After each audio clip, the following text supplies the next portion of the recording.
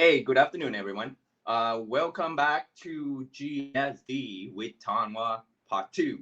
Part 2. Okay? GSD, Getting Shit Done with Tanwa Part 2. So, for those of you who don't know me, my name is Tanwa Pontip.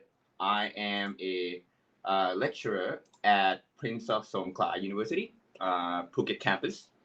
And this is a series called GSD with Tanwa, for those of you who have seen me before, stand for getting shit done. Okay, because as graduate students, you want to get shit done, and you want to get shit done quick, so you can graduate and go on and get a job and win Nobel Prize, cure cancer, solve world poverty or something. Okay, but as a student, actually, especially a graduate student, you will run into some problems in your time, right? You will have problems with maybe your English skills. You maybe have problem with your writing skills. You can't write your paper. You can't write your thesis. So this series aims to help you deal with those problems.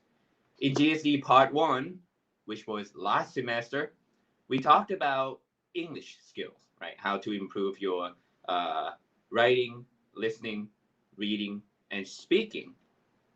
And one of the core concepts that came out of that series was that you have to practice your precision in using a language, your fluidity in using a language, and your intonation when you use a language. So that was part one of getting shit done with me. That was English skills. The other part of the problem that I see students having trouble with is writing out papers and writing out thesis, or in general, doing research.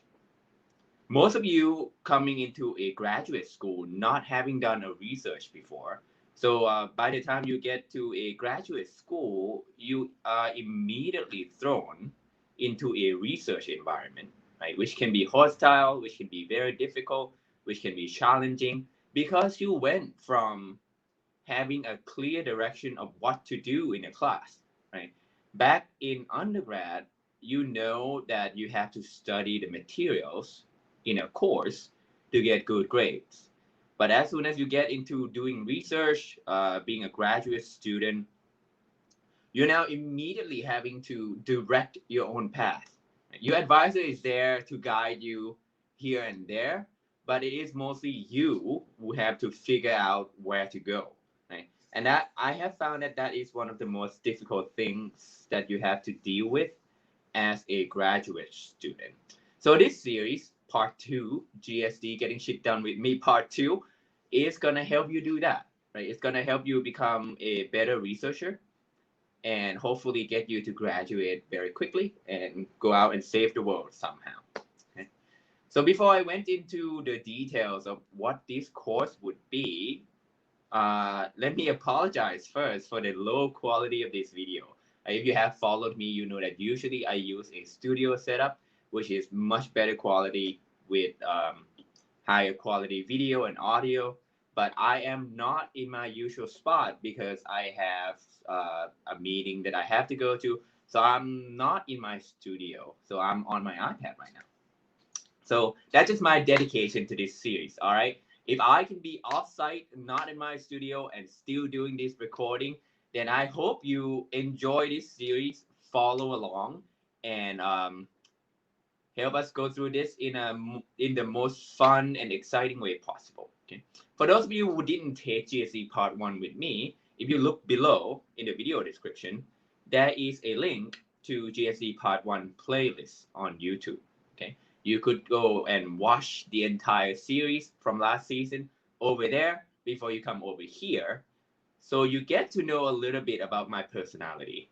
Or if you don't want to do it, I tend to speak very fast, especially when I get excited, especially when I teach things. I tend to use bad words, even though this is supposed to be a series for a university, and I'm a university lecturer, so I shouldn't be using bad words. But who cares? It's a live video, and it's not like they can stop me or anything, right? All right, so that is a brief overview of GSD Part 2. So let me go into the structures of this series a little bit. The first few weeks of the structure, we're gonna talk about basically how to do research. Because what I have found is that most students are misled. Most students are misled to believe that their research has to be new. Let me say that again. Most students are misled that their research has to be new, right? Most knowledge has been discovered. And trying to make something new is not a good way to do research because you could do a lot of new things that nobody cares about. Right? I could be drawing the first elephant with 6 legs, and that's new, right? I don't think anyone has drawn an elephant with 6 legs the way I'm gonna draw it before, and that's super new. But it's also not very exciting because I'm a shit painter and drawer, right? I'm a shit artist. Right? So that's why I said most students are misled about doing research and what doing research is all about. Doing research is all about doing something interesting. Okay, let me say that again. It's not about finding something new, but finding something interesting to talk about. I don't care how new your knowledge is. If nobody cares about your knowledge, you will not get published. One of the best example is the rise of AI, right? The artificial neuron network, right? So you probably have seen this before. Everyone uses it. Facebook, Google, YouTube. Everyone uses it. The research for artificial neuron network or ANN actually started back in the 1990s, right? But it wasn't very interesting because the computer wasn't powerful then. You didn't have big data. You didn't have cloud computing, and it wasn't very useful because the technology wasn't there. But the knowledge was there. Nobody cared about it, right? Back then, ANN was new and was like cutting edge knowledge, but nobody interested in it. So you didn't get much publication. Right? As soon as you start getting this like higher power computer, faster storage, big data, now everyone is publishing about ANN. Well, back 5 or 6 years ago. Now nobody talks about ANN anymore because a lot of research has been done on it and it's not as interesting anymore. Right? Another good example is that before COVID, before COVID-19, how many researchers actually talk about contagious diseases in this manner, like how to contain a uh, how to contain COVID, how to do crowd control, how to develop and supply vaccines, right? As soon as we had COVID-19, it seems like all the research in the medical field are direct that way. Like everyone is doing research about COVID, right? Is it a new knowledge? No, it's just very interesting right now.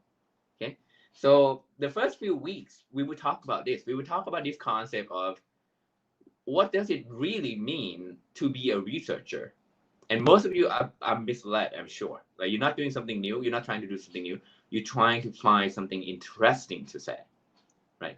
Granted, most of the time, if you want to do something interesting, you end up doing something new. Okay?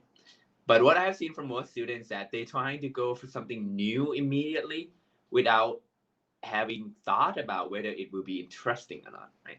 So for the first few weeks, maybe 2 or 3 weeks, we will talk about how to find an interesting research project, right? How to find an interesting research project. How would you know if your audience will find your research interesting? Okay, so that's the first few weeks. And then after that, for the second part of the series, we will talk about, well, now that you have found an interesting topic or in an interesting direction. Right? At this point, you probably don't even have a thesis problem yet. You're not exactly sure what would be your research goal, right? You just kind of know that this is the area that you want to work in. So for the second section of this series, we will talk about from this little area that you want to work in, how do you pick out and identify one research question that you will pursue for the rest of your graduate student career or for the rest of your life, right? It depends on how interested you are at that topic.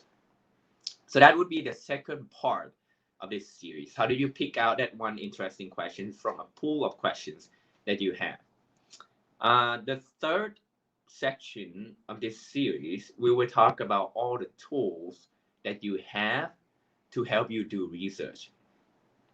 What's crazy about this is that I have met master's and PhD students who have gone through the entire program not knowing how to find research papers in an efficient manner, right?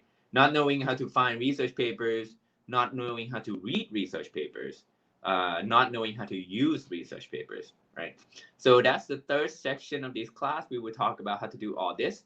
And if you like, this sounds kind of boring, I know all of this stuff, right? Ask yourself this: have you ever read a research paper and you think, oh, this is gonna be very useful for my thesis, and then 5 weeks later, you were like, oh my God, I don't remember anything about that paper. You probably have. I did, right? So we will talk about how to actually read research papers and incorporate that into your research so that you probably don't have to read a paper more than you need. Okay? You will probably have to read it more than once, but every time you read it differently. Right? So we will talk about how to read research paper efficiently in part 3.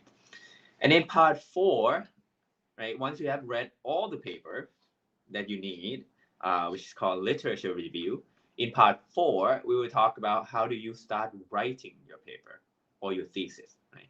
What tools do you have? What citation management do you have?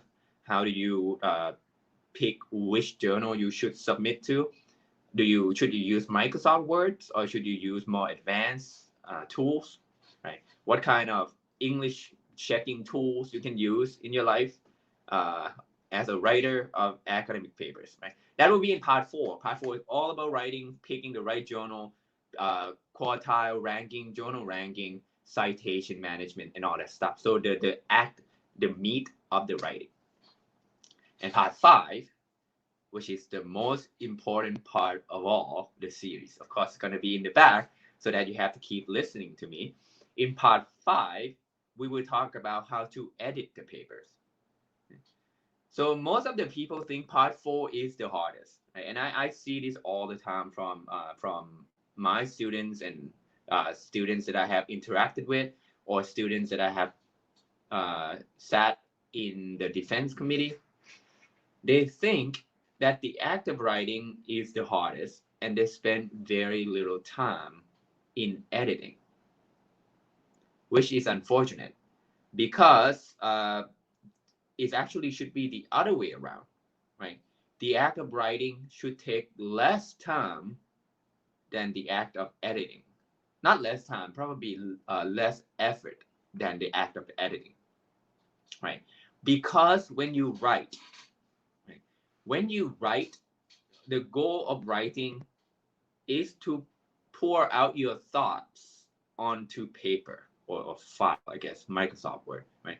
The act of writing is to pour out your thoughts onto a piece of paper in a logical manner, in a structural, logical manner. But then these are your thoughts, right? Your thoughts are understandable for you. However, you're not actually writing for yourself. Right? You're actually writing for the audience. So the act of editing means that you go through your thoughts and try to shape it in such a way that you can communicate it easily to the audience. And the most important part is that the act of editing will allow you to convey your thoughts in an interesting manner. And that's the key to this whole thing from part 1, section 1 until section 5 of this class, of this series. We will try to get your research from not knowing what to do into a piece of writing that is interesting to someone. And that's the key for doing successful research. Writing something interesting. Okay.